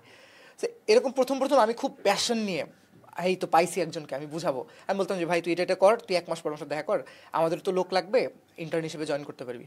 আমি বুঝি যে 1 মাস 2 মাস 3 মাস 1 বছর পরে যেও সে আমাকে জিজ্ঞেস করতেছে যে ভাবতেছি একটা বিজনেস করবো, হেল্প করিস। এখন যে হয় কি ওনার লেজিটিমেসি আমার মতো কাজ করেন, তখন দেখলাম যে না, he is not the only one, আরও অনেকে আছে। So what I understand is এরকম টাইপের কাজ যেগুলো আসলে ট্রেডিশনাল কোনো স্ট্রাকচার নাই, যেখানে আসলে বেদ দিয়ে কেউ পিটাবে না যে এটা কর, এটা করতেছিস না কেন, বিশেষ পরীক্ষা দিচ্ছিস না কেন, এরকম না, যেগুলো একটু লাইক সেলফ ড্রিভেন কাজ, যে আমি আজকে বেশি করলে আমার 2টা ক্লায়েন্ট বাড়বে, আমি 2টা সেলস কল করলে, এই ধরনের স্কিলে মানুষকে আসলে বেশিক্ষণ মোটিভেটেড রাখা যায় না আনটিল তারা প্রপারলি জিনিসটা বুঝতেছে। So if someone is starting out, তখন সেই ক্ষেত্রে মানে how that person should understand যে আমার আসলে এটা ভালো লাগতেছে কিনা। যেমন ভিডিও এডিটিং নিয়ে এখন অনেক মানুষ আসে, ইভেন আমার পরিচিত একজন আছে, আমি নাম বলবো না, সে অ্যাড নিয়ে কাজ করতো, বাট এখন সে মেবি রাফায়েত রাকিব ভাইয়ের অনেকগুলো ভিডিও দেখে সে এখন ভিডিও এডিটিং শিখতে চায়। সে তার লজিকও আছে, এমন না যে সে বোকা। সে বলতেছে যে আমি একটা মিটার চালাই, এত টাকা চার্জ করতেছি, আদার এন্ড আমি একটা ভিডিও এডিট যদি করতে পারি এত টাইমে, এত ঘন্টার টাইমে এত, বাট সে এটা বুঝতেছে না যে ওটার জন্য অ্যাস্থেটিক সেন্স লাগে, ক্রিয়েটিভ সেন্স লাগে, ভালো ডিভাইস লাগবে, অনেক কিছু আছে, কাজ পাওয়ার ব্যাপার আছে। সো এক্ষেত্রে মানে হোয়াটস দ্য সুইট স্পট, বা কীভাবে করে বোঝা যেতে পারে, what do you think personally? I think best উপায় প্রবাবলি অনেক কিছু করে দেখা, বাট ক্যাচ হলো প্রত্যেকটাকেই এনাফ টাইম দেওয়া। এরকম অনেক স্মার্ট মানুষ আমিও দেখেছি যারা সোশ্যাল মিডিয়া এবং ইনফ্লুয়েন্সার, এবং not like Bangladeshi influencer, international influence আসার কারণে সমস্যা যেটা হয়েছে, নতুন কিছু একটা চললে ওটা অনেক ইচ্ছা করে করতে। আই থিঙ্ক এটা হিউম্যান নেচারই, অনেক মনে হয় যে এটা করতে পারলে ভালো হয়, এবং আমারও মনে হয়। আমিও র্যান্ডম হঠাৎ একটা ভিডিও দেখলে মনে হয় যে না, আমি এখন থেকে এটাই করবো, আমি এখন যে এআই এজেন্ট বানায় অর্থ উপার্জন করার চেষ্টা করি দিনে $500। বাট যেটাই আপনি পিক করেন, ওইটা যদি একটু সো দুইটা পয়েন্ট, একটা হলো আপনি যেটা পিক করতেছেন ওটা যদি একটু হার্ড স্কিল হয় তাহলে খুবই ভালো। সো এগেইন এআই এজেন্টের এক্সাম্পলে যদি আমরা থাকি, actually it's not a, if you think about it, it's not a skill, it's more like a এই টুলের সাথে এই টুল লাগাবো, তারপর এই টুলের সাথে এই টুল লাগাবো, তারপর এইভাবে কম্পেয়ার টু, আমি যদি ওইটাকে ফেসবুক অ্যাডের সাথে কম্পেয়ার করি বা কোডিং কোনো একটা ধরো পাইথনের সাথে কম্পেয়ার করি, আমার কাছে ওগুলোকে আরেকটু বেশি হার্ড স্কিল মনে হয় বা আরেকটু সেফার মনে হয়। আমি সবসময় এভাবে চিন্তা করি জিনিসটা, যে কোনো একটা জিনিস যদি আমি একজনকে খুব সহজে শিখায় ফেলতে পারি তাহলে আমার কাছে ওটার ভ্যালু অনেক কম লাগে। সো এরকম একটা জিনিস যেটা আমি একজনকে বুঝাতে পারবো যে হ্যাঁ আপনি একটা গুগল শিট বানাবেন, এরপরে এই যে জ্যাপিয়ার নেবেন বা এইটা নেবেন ওটা নেবেন, এই হবে ওই হবে, তারপর এটা আউটপুট হবে, ওইটার বদলে আমি যদি বলি যে না আমি 11 মাস জাভা শিখছি তারপরে আমার এই হয়েছে, আমার কাছে ওইটা একটু সেফার লাগে। সো পিক এমন একটা স্কিল যেটা শিখতে একটু কষ্ট, এরপরে গিভ ইট এনাফ টাইম যাতে করে আপনি প্রপারলি বুঝতে পারেন যে আপনাকে দিয়ে এটা হবে না। বিকজ অনেক সময়ে যখন কোনো একটা কিছু একটু কঠিন হয় তখন, সো আমরা সবসময় শাইনি অবজেক্ট দেখতেছি আমাদের সামনে, বাট শাইনি অবজেক্টগুলো আরেকটু লুক্রেটিভ তখনই লাগে যখন আমি এক্সিস্টিং যেটা করতেছি ওটা অনেক কঠিন হওয়া শুরু হয়। সো আমি ভিডিও এডিটিং শেখা শুরু করলাম আজকে, রাফায়েত রাকিবের ভিডিও দেখলাম, খুব ভালো, ভিডিও এডিটিং শেখা শুরু করলাম। প্রথম দিন আমাকে বলল যে ফাইনাল কাট প্রো ডাউনলোড করো, আমি করলাম সহজ, ম্যাকবুক লাগবে, খুব ভালো লাগলো। তারপর 15 দিন গেল, 20 দিন গেল, সহজ, সব কিছু ভালো লাগতেছে আমার। একটা টাইম আসবে যখন সহজ আর লাগবে না, তখন একটু কঠিন লাগবে। ধরেন আমাকে একটা পডকাস্ট এডিট করতে দিল বা কালার গ্রেডিং দিল বা 15 মিনিটের একটা ভিডিওর ইমেজ সিকোয়েন্সে কিছু একটা বানাইতে দিল, ওই টাইমটা যখন আমার কঠিন লাগবে ওই রকম ওই সপ্তাহেই আমি দেখবো যে খালিদ ফরহান একটা ভিডিও বলতে বলছে যে না ডিজিটাল মার্কেটিংই ভবিষ্যৎ, ভিডিও এডিটিং করে কিছু হবে না। ওই যে যে যে আমাদের যে একটা এই যে এটার কী বলে দুইটা গার্ভ যখন এভাবে মিলে তখন মাঝখানের যে ভেন ডায়াগ্রামটা হয়, ওই ভেন ডায়াগ্রামের ভিতরে একটা টাইম আসবে যখন মনে হয় মানুষের যে না দূর আমি এটা কী শিখতেছি, এটা থেকে ওইটা আরও অনেক সহজ, কারণ ওইটার এন্ট্রিটা আসলেও সহজ, সব কিছুর এন্ট্রি সহজ। সো তখন মনে হবে যে হ্যাঁ ওটা তো খুবই সহজ। উনি দেখাইলো যে business.facebook.com/overview-তে যাবে, তারপর এই সহজ, কোনো ব্যাপার না। তো আমি কি কঠিন একটা কালার গ্রেডিংয়ের জিনিস হচ্ছে আমি ওটা করি, তারপর ওটারও আবার এরকম একটা টাইম আসবে যখন ওটা আবার একটু কঠিন হবে, জাভাস্ক্রিপ্ট শেখা লাগবে আবার আমার ওয়েব অ্যানালিটিক্স শিখতে, এত কঠিন জিনিস কেন শিখতে? হ্যাঁ, তখন এরকম একটা কঠিন জিনিস, তখন মনে হবে যে না এটা কি জিনিস। আরেকজনের দেখছি যে উনি বলতেছে যে ইউটিউব অটোমেশন সহজ, আপনি শুধু এই টুলটা দিয়ে অ্যানিমেশন বানাবেন, এই টুলটা দিয়ে অডিও বানাবেন, জোড়া দিবেন, হয়ে গেল। মনে হবে যে ওটা করি। সো এই লুপে যতদিন আপনি থাকবেন ততদিন আপনাকে দিয়ে কিছু হওয়ার চান্স কম। সো এই লুপ থেকে বাইর হওয়াটা আমাদের ফার্স্ট কাজ, এবং কোনো একটার একদম শেষ পর্যন্ত যাওয়াটা ফরজ। ওটা না করতে পারলে আই থিঙ্ক খুবই ডিফিকাল্ট হবে কাজ করা, সেটা যেই স্কিলই হোক। ইভেনচুয়ালি সব স্কিলই আপনি যদি ভালো হন আপনার কাজ হয়ে যাওয়ার কথা, বাট লুপিং করতে থাকলে একটু কষ্ট। এই অ্যাডভাইস আমি কোথাও শুনি না, এটা একটা ইউনিক, মানে বলেন না যে সময় উপযোগী কথা বলেছেন, সেটাই বলবো, সময় উপযোগী কথা। হ্যাঁ হ্যাঁ, এটা ইটস ট্রু 100% ট্রু, কারণ কঠিন হওয়ার পরেই আসলে মনে হয় যে এটাতে আমি আর পুশ করতে পারতেছি না। আচ্ছা, অনেকক্ষণ কথা বলতেছি আমি আপনাকে ছেড়ে দিব, you have other meetings I know. আমার লাস্ট কয়েকটা খুবই গিকি কোয়েশ্চেন আছে, সেটা হচ্ছে প্রথম কথা সেলস নিয়ে আমার কোয়েশ্চেন আছে। আপনি সেলসে ভালো, আমিও ব্যক্তিগতভাবে আমার মনে হয় আমি সেলসে অনেক ভালো, মানে কম্পেয়ার টু আমার এজেন্সিতে আমরা যারা যারা আছি মোটামুটি অনেকের চেয়ে আমি সেলসে ভালো, আমাদের চেয়ারম্যান বাদে সবার চেয়ে আমি মোটামুটি ভালো। What are the few persuasion technique যেটা মনে করেন আপনার জন্য খুব ভালো কাজ করেছে বলে আপনার এখন মনে হয়? যেমন একটা আপনি বলেছেন বই একটা পাঠানো, লাইক অলরেডি একটা ফেভার করা, সে মনে করে okay this guy is legit, okay we can at least try 3 months thing. Reciprocal, sorry তোমাকে থামাইলাম, রেসিপ্রোকাল ফেভার বলে একটা কনসেপ্ট আছে, যে তুমি যদি কারো উপকার করো কোনো একটা, তাইলে সে তার মাথার মধ্যে মনে হয় তারও তোমার একটা উপকার করতে হবে, এবং সে তোমার যে উপকারটা করবে ভার্সেস তুমি তার যে উপকারটা করছো, ওই দুইটার মধ্যে পজিটিভ ডিফারেন্স যত হবে তত তোমার লাভ। এটা আসলে ভাবে দেখাটা আসলে হয়তো ঠিক না, don't try this at relationship. হ্যাঁ, এটা হয়তো ভাবে দেখাটা ঠিক না, বাট মনে করো আমি বললাম যে হ্যাঁ তন্ময় আসছো, তোমার জন্য আমি এই বইটা আনছি, মনের মধ্যে এরকম একটা জিনিস চলে আসে যে না নেক্সট বার যখন ওনার সাথে দেখা হবে ওনার কিছু একটা দিতে হবে, এবং সেটা সবসময় দেখা যায় বইয়ের ভ্যালুর থেকে বেশি হয়। সো আপনি এই জিনিসটা আর কি অনেকে সেলস বিভিন্ন রোলে ইউজ করে, এবং আমরাও করি regularly. There is nothing wrong in it, just মানে এরকম ব্যাপারটা কাজ করে।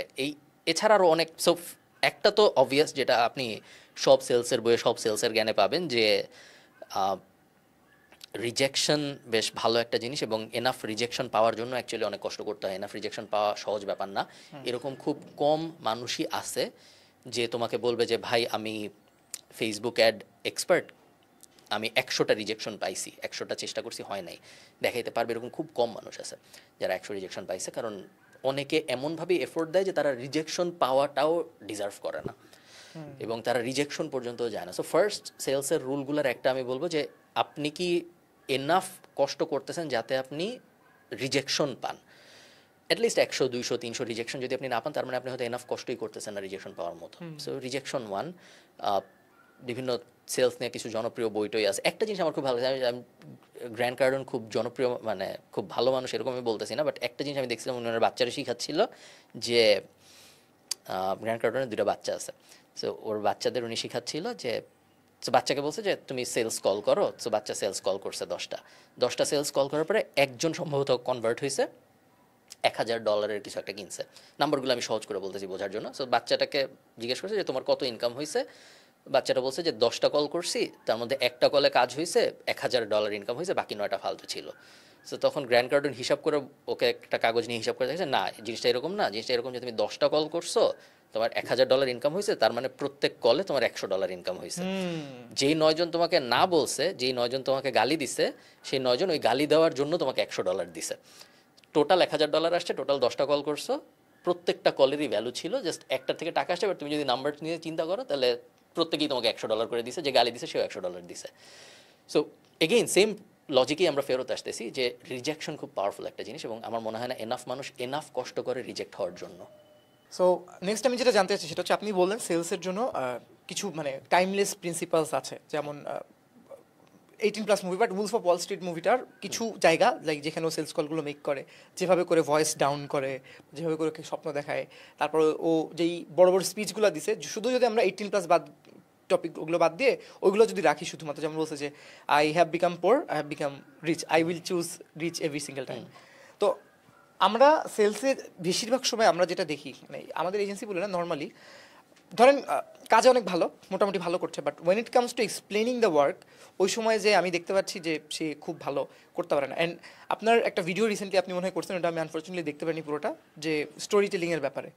সো এখান থেকেই আমার কোয়েশ্চেন, সেটা হচ্ছে বর্তমানে বাংলাদেশে অনেকগুলো পডকাস্ট আছে, অনেক মানুষ পডকাস্ট শুরু করছে, আপনার বাবেলে আসে না বিকজ আপনি দেশের বাইরে থাকেন, আমার সামনে অনেক আসে যেহেতু আমি অ্যাক্টিভলি এগুলো খুঁজি।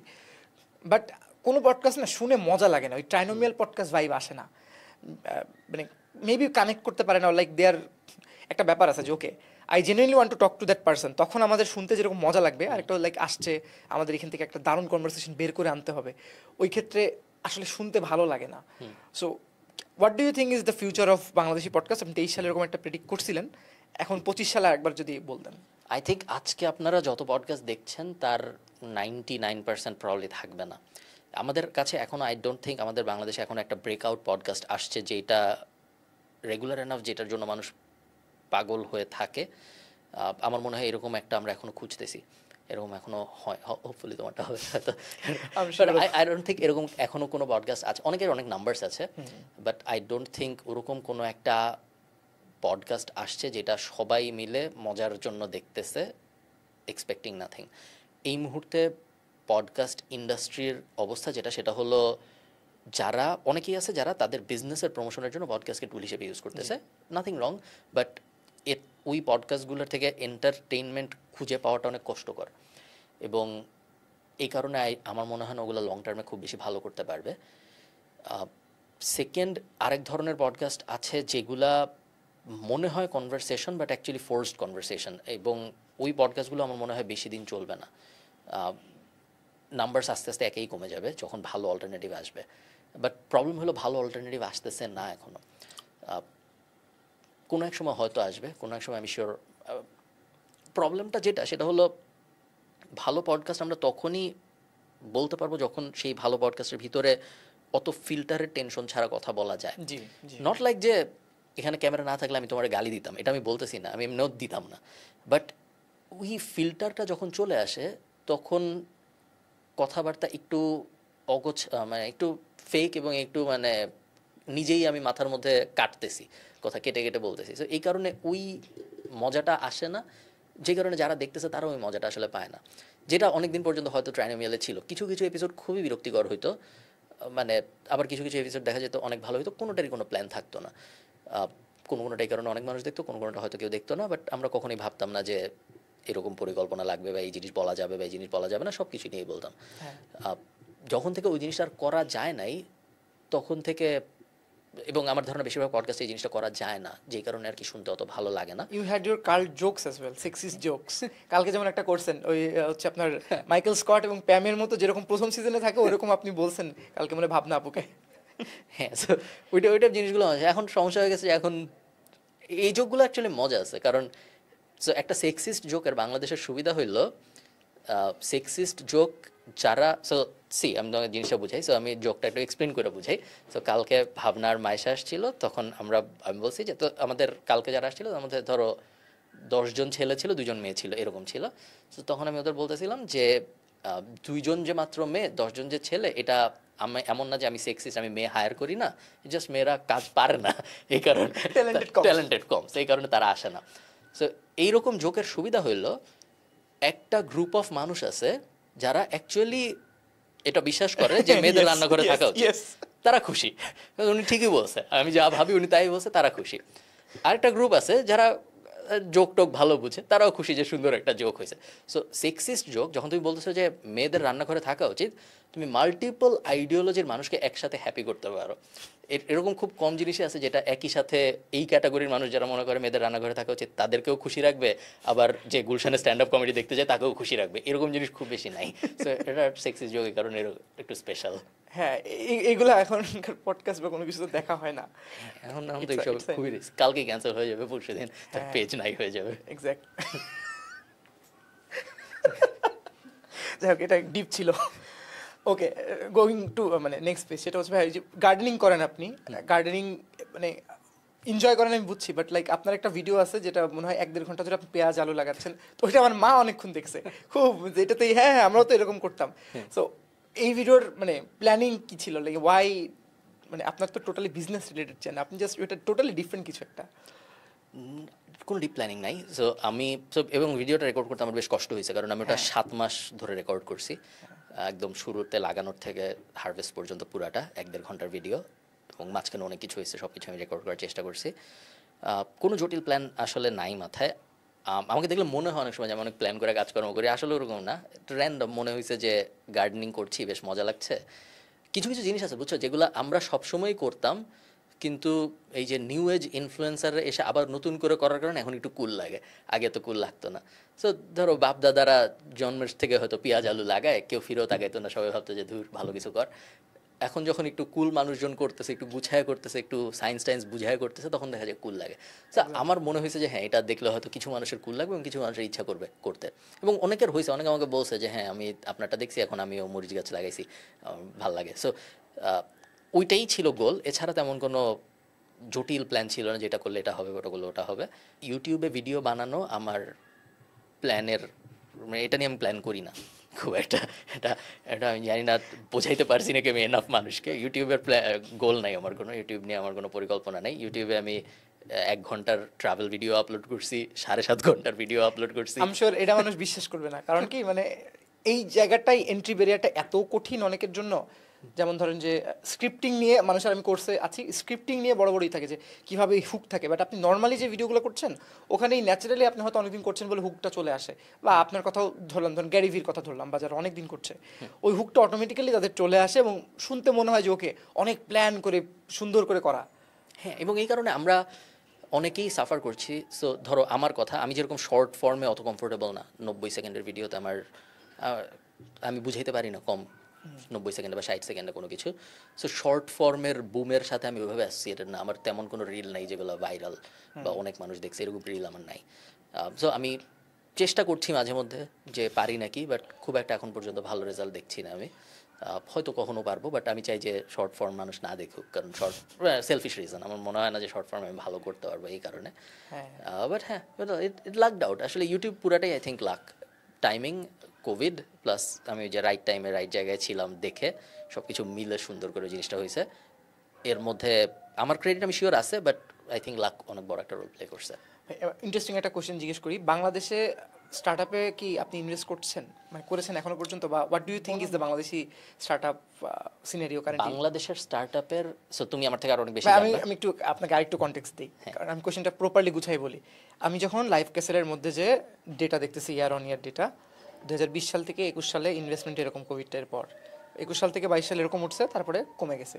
ফরেন ইনভেস্টমেন্ট দেশীয় অনেকে অনেক করেছে, বিএসআরএম টাইপের এরকম অনেক ব্র্যান্ড অনেক কোম্পানিকে দিয়েছে। অনেক কোম্পানি অনেক খারাপ অবস্থায় ছিল, লাইক এমপ্লয় ছাঁটাই করা লাগছে এরকম অবস্থায় ছিল, অনেকে সিটি এক্সপেনশন বাদ দিছে, অনেকে লাইক ফাউন্ডাররা অন্য বের হয়ে যে নিজের শেয়ার নিয়ে অন্য কিছু করা শুরু করছে, এরকম হয়েছে বাংলাদেশের টপ স্টার্ট আপগুলোর মধ্যে, ছোট স্টার্ট আপের মধ্যে।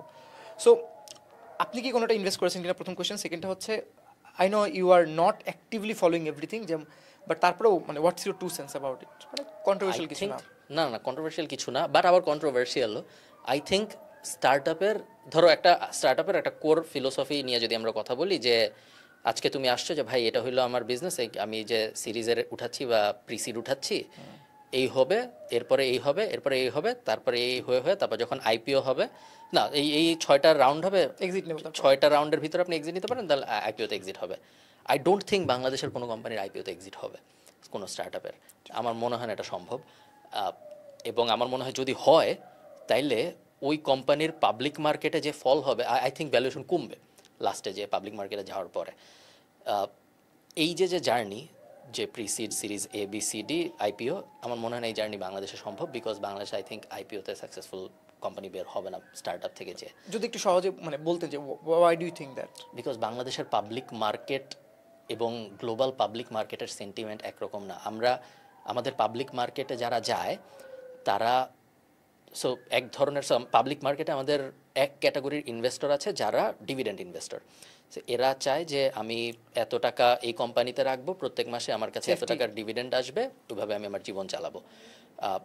গ্রোথ ইনভেস্টররা সবসময় রিস্কে থাকে, এবং আমাদের কান্ট্রি এখন যত ভলাটাইল, আমাদের ফ্লোর প্রাইসে থাকে বেশিরভাগ সময়। তুমি দেখবে বছরে কোনো না কোনো সময় কোনো না কোনো স্টক ফ্লোর প্রাইসে আছে। এই সিচুয়েশনে একটা 10 মিনিট স্কুল যদি আইপিও করে, আই ডোন্ট থিঙ্ক খুব বেশি মানুষ আছে যারা বলবে যে ধরো অ্যাপল তো ডিভিডেন্ড দেয় না, কিন্তু অ্যাপেলের স্টক আমরা কিনি, তাও ধরো এখন সাফার করতেছে, তাও ইন্টারন্যাশনাল স্টক মার্কেটের অবস্থা খারাপ। সেইখানে একটা 10 মিনিট স্কুল যখন বলবে যে এখন আমরা আইপিও করতেছি, একটা শেয়ারের দাম 38 টাকা, এভাবে আমরা লঞ্চ করবো, আই থিঙ্ক পরের দিনই ওটা 11 টাকা হয়ে যাবে লঞ্চ করার পরে। এবং তারপর এক কোয়ার্টার খারাপ হওয়ার পরে আই থিঙ্ক ওদের অফিসের সামনে আন্দোলন হবে, এবং তারপর হ্যাঁ আমার টাকা ফেরত চাই, কেউ গায়ে আগুনও ধরাই দিতে পারে, বলা যায় না, এরকম জিনিসপত্র হয় বাংলাদেশের স্টক মার্কেটের সিনারিওতে। সো এই জার্নিতে এক্সিট নেওয়ার সুযোগ আসলে আসবে মাঝখানের সিরিজগুলোয়, বাট লাস্টের দিকে যারা থাকবে তারা আই থিঙ্ক অনেকেই সাফার করবে।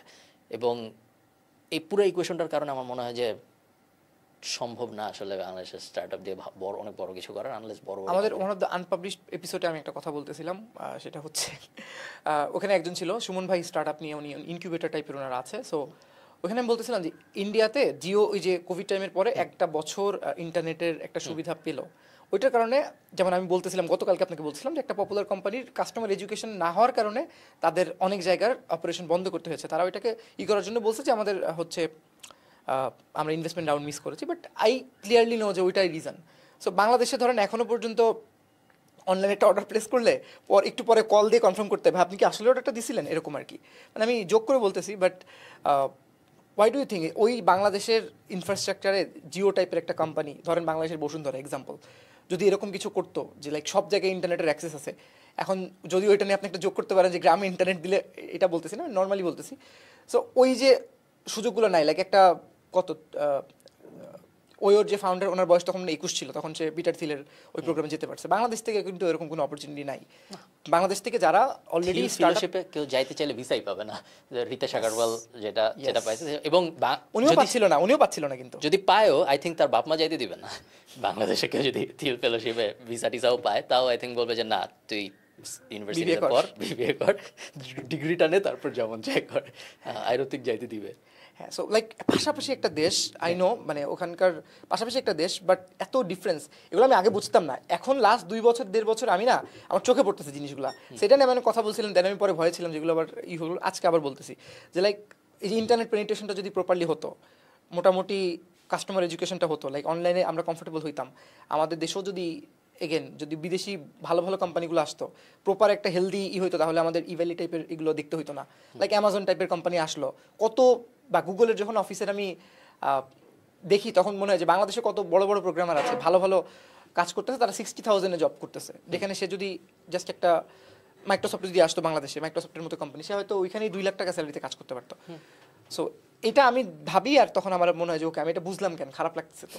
So what do you think, মানে এরকম কি, মানে এই যে ইন্টারনেটের যে আমি পয়েন্টটা বললাম যে internet is it a thing আমাদের ইন্টারনেট পেনিট্রেশন হয়েছে, একদমই হয় নাই তা না, বাট আমাদের ইন্টারনেট পেনিট্রেশনটা হয়েছে মেইনলি গ্রামগঞ্জের মানুষ ইন্টারনেট অ্যাক্সেস পাইছে, হ্যাঁ মোবাইল ডেটা পাইছে, এবং তাদের মূল সময়টা মাঝখানে একটা টাইম ছিল, তোমার মনে আছে নাকি, তুমি আরেকটু ছোট ছিলা, যখন ধরো m.facebook.com ছিল, যেখানে ফ্রিতে মোবাইলে ফেসবুক ব্রাউজ করা যেত। সো আমাদের ইন্টারনেট পেনিট্রেশন আসলে হয় নাই, আমাদের সোশ্যাল মিডিয়া পেনিট্রেশন হয়েছে। সো ফেসবুক, টিকটক, ইনস্টাগ্রাম, এই মেইনলি, আর মানুষ হয়তো কিছু গুগল ইউজ করে। সো ধরো গাইবান্ধায় যে বসে আছে তার ফেসবুক আছে, কিন্তু তার আসলে ইন্টারনেট নাই। সো ইন্টারনেট দিয়ে যা যা করা সম্ভব সে তার কিছুই এখনো করা শিখে নাই। এক্সাম্পল অনলাইন পেমেন্ট, হ্যাঁ, অনলাইন পেমেন্ট, রিসার্চ, হাবিজাবি যত কিছু করা সম্ভব, বা তার আশপাশে ওই রকম ইকোসিস্টেমও হয় না যে সে অনলাইনে কিছু একটা, বাট তার যেটা হয়েছে তার রিল দেখার ক্ষমতা হয়েছে বা রিল বানানোর ক্ষমতা হয়েছে। সো এটা খুব একটা ভালো জিনিস আসলে হয় নাই। এই কারণে আমাদের দেখে মনে হচ্ছে অনেক মানুষ ইন্টারনেট ইউজ করে, বাট অ্যাকচুয়ালি আমরা যখন ইন্টারনেটের উপরে একটা ইনফ্রাস্ট্রাকচার বসানোর চেষ্টা করতেছি, হয় আমরা এমন মানুষকেই, সো ওই গাইবান্ধার ওই লোকটা, সে যেহেতু তার ইন্টারনেট হলো সোশ্যাল মিডিয়া, সে যখন দেখতেছে যে 17,000 টাকা দিলে আমি 2 মাস পরে বাইক পাবো, সে ওইটাই যাচ্ছে। অথবা সে দেখতেছে যে এই জুয়ার, এই আমি আমার নিচে 3 হাত হায়ার করলে এই হবে, সে ওটা করতেছে। অথবা সে জাস্ট রিল দেখে তার জীবন পার করে দিচ্ছে, তার জীবনে আসলে তেমন কোনো পজিটিভ রেজাল্ট আসতেছে না। এই সমস্যা যতদিন সলভ না হবে ততদিন আমরা ইন্টারনেট দিয়ে বড় কোম্পানি দাঁড় করাইতে পারবো বলে আমার মনে হয় না। ইন্টারেস্টিং। এখান থেকেই আমার হচ্ছে নেক্সট যে জিনিসটা আমি জানতে চাই, আপনি মিনি শার্ক ট্যাঙ্ক নিয়ে করছেন, আমার এই ভিডিও যতদিনে আপলোড হবে ততদিনে ওইটার প্রথম এপিসোড হয়তো আমরা দেখতে পারবো কোনো কিছু। এইটার প্ল্যান কোত্থেকে আসলেন, what you are actually doing, মানে প্ল্যানটা যদি খুব সিক্রেট কিছু না হয়? খুব সিক্রেট না, আমার মনে হয়েছে যে বাংলাদেশি শার্ক ট্যাঙ্ক যেটা, আমার মনে হচ্ছে খুব একটা চলে নাই, খুব একটা জমে নাই। আরও ওরা ফার্স্ট অফ অল এডুকেশন, মানে সরি টু ইন্টারাপ্ট, ওরা আবার ওইখানে সাবস্ক্রিপশন ফি রাখছে। হ্যাঁ, আরও একে তো দেখে না, আরও এক্স্যাক্টলি। সো এমনিতেই মানুষ দেখে না, তার উপর ওটার উপর সাবস্ক্রিপশন ফি বসাইছে, প্লাস যখন পরে ইউটিউবে পাবলিশ হয়েছে তখন আমার মনে হয়েছে খুব বেশি পেনিট্রেট করতে পারে নাই। বাট শার্ক ট্যাঙ্ক তো আমরা সবাই দেখি, শার্ক ট্যাঙ্ক আমরা সবাই পছন্দ করি। সো আমার মনে হইলো যে আরেকটা দরকার, যেটা একটু মজার এবং যেটা একটু বেশি মানুষজন হয়তো দেখে মজা পাবে, ওই জন্যই করার ইচ্ছা। এরপরে স্টেটাস দেওয়ার পরে 300-র মতো কোম্পানি, 300-400 এরকম হবে, এবং বেশ মজার ব্যাপার হয়েছে। আমাকে আমেরিকান এম্বাসি থেকে একজন যোগাযোগ করে স্পেস দিতে চাইছে, তারপরে আরও অনেক কুল ব্যাপার। শার্ক ট্যাঙ্ক থেকেও যোগাযোগ করে বলছে শার্ক ট্যাঙ্ক কথাটা না রাখতে। সো এরকমই অনেক কিছু হয়েছে। তো তারপরে শেষ পর্যন্ত আমরা ওখান থেকে 25টা ফাইনাল করছি, সেই 25টা আসবে সামনে। আপনারা যখন এটা দেখবেন ততদিনে হয়তো আপনারা প্রথম 2-1টা এপিসোড দেখেও ফেলবেন। গেস্ট প্যানেল কি শেয়ার করা যাবে নাকি এখন কনফার্ম না? আপনি তো একা থাকবেন আই এম শিওর। না, আরো গেস্ট থাকবে। এখনো পুরোপুরি শিওর না কে কে থাকবে, মোটামুটি শিওর। সো না কনফার্ম করাটাই মনে হয় সেফ। ওকে, মানে তারাও কি ইনভেস্ট করবে? ইন্টারেস্টিং। অ্যামাউন্টটা কেমন? সম্ভবত হাইয়েস্ট হবে 10 লাখ, 2-1টা বেশি হতে পারে, বাট আই থিঙ্ক বেশিরভাগ সময় কম হবে 10 লাখের। Interesting, very interesting. So Bhaiya, that being said, I think this is yet. I had a lot of questions, but তখন আসলে জিনিসটা আর ফান থাকবে না, and we have a lot of people waiting here. So really, মানে honestly, thanks for doing this. No problem. মানে এই প্রথমে আমি যেটা বলছি যে আপনি আমাকে চিনতেছেন কয়েক মাস, বাট আমি আপনাকে শুনতেছি সেই আপনি যখন ওই যে কোর্স করাতেন 18-19 সালের থেকে, তখন আমি ফোনে দেখতাম, সেখান থেকে ল্যাপটপ থেকে ম্যাকবুক। সো আমিও লাইফে গ্যাদার করছি, আপনি লাইফ থেকে করছেন। So I have seen your YouTube journey, আপনি আমাকে দেখতেছেন এই কয়দিন। So thank you so much for doing this again, and really appreciate. আশা করছি নেক্সট ইয়ার বা আবার কয়েক বছর পর we can see it and we can share life update. ইনশাআল্লাহ, আপনারা যারা সাবস্ক্রাইব, হ্যাঁ, ভালো লাগলে তখনই করেন। Thank you.